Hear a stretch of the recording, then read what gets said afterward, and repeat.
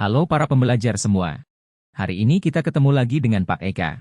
Di video ini kita akan belajar tentang laju reaksi kimia dan faktor-faktor yang mempengaruhi laju reaksi. Simak video ini sampai selesai.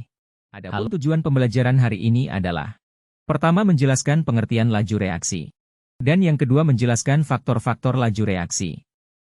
Banyak fenomena alam dan fenomena sehari-hari yang terjadi karena adanya reaksi kimia. Reaksi kimia ini ada yang berlangsung begitu cepat dan ada yang berlangsung lambat. Misalnya reaksi pada ledakan bom yang terjadi pada beberapa detik.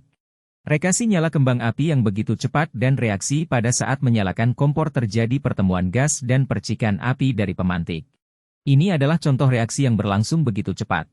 Sedangkan proses yang terjadi pada berkaratnya besi dan reaksi pada pembusukan buah memerlukan waktu yang relatif lama merupakan contoh yang berlangsung lambat. Cepat lambatnya reaksi kimia inilah yang dikenal dengan laju reaksi. Kita akan bahas lebih lanjut tentang hal ini. Berikut ini pengertian laju reaksi.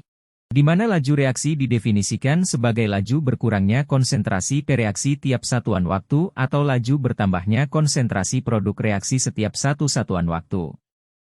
Jika adalah per reaksi maka akan mengalami kecepatan pengurangan konsentrasi.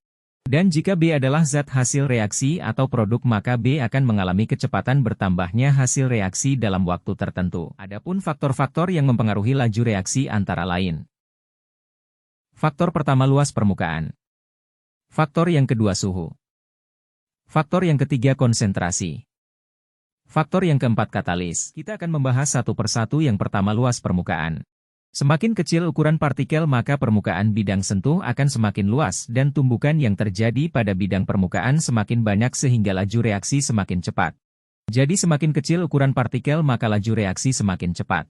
Sebagai contohnya, jika kita masukkan langsung satu bongkah gula berbentuk bulat itu ke dalam air, pasti lebih susah larut dibandingkan kalau gula itu sudah kita potong kecil-kecil dulu. Dengan ukuran gula yang besar berarti luas permukaan gula untuk kontak dengan air sebagai pelarut lebih sedikit.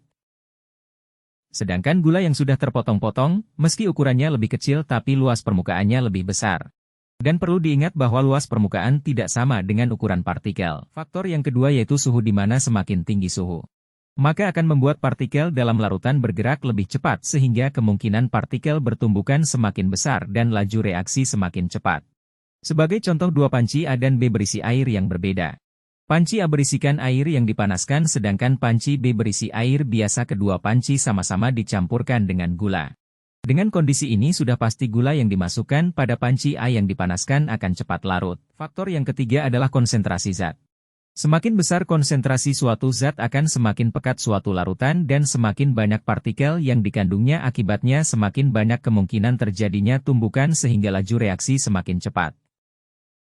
Contohnya pada suatu ruangan kelas ukuran normal, ada 50 orang siswa, di kelas lain yang berukuran sama hanya berisi 10 orang. Apabila di kedua kelas itu semua siswa bergerak, di kelas mana lebih memungkinkan terjadinya tabrakan? Ya benar, sudah pasti kelas yang berisi 50 orang. Begitu juga suatu larutan yang memiliki lebih banyak partikel atau larutan berkonsentrasi tinggi. Tumbukan akan lebih banyak terjadi sehingga reaksi akan berjalan lebih cepat. Begitu juga sebaliknya pada larutan dengan konsentrasi rendah terdapat lebih sedikit partikel. Kemungkinan terjadinya tumbukan lebih rendah sehingga reaksi berjalan lambat. Faktor yang keempat adalah katalis, yaitu zat yang ditambahkan ke dalam reaksi yang berfungsi untuk mempercepat laju reaksi dengan cara menurunkan energi aktivasi. Energi aktivasi ini adalah energi minimum yang harus dimiliki agar suatu reaksi kimia dapat terjadi. Demikian video pembelajaran laju reaksi dan faktor-faktor yang mempengaruhi. Selamat belajar!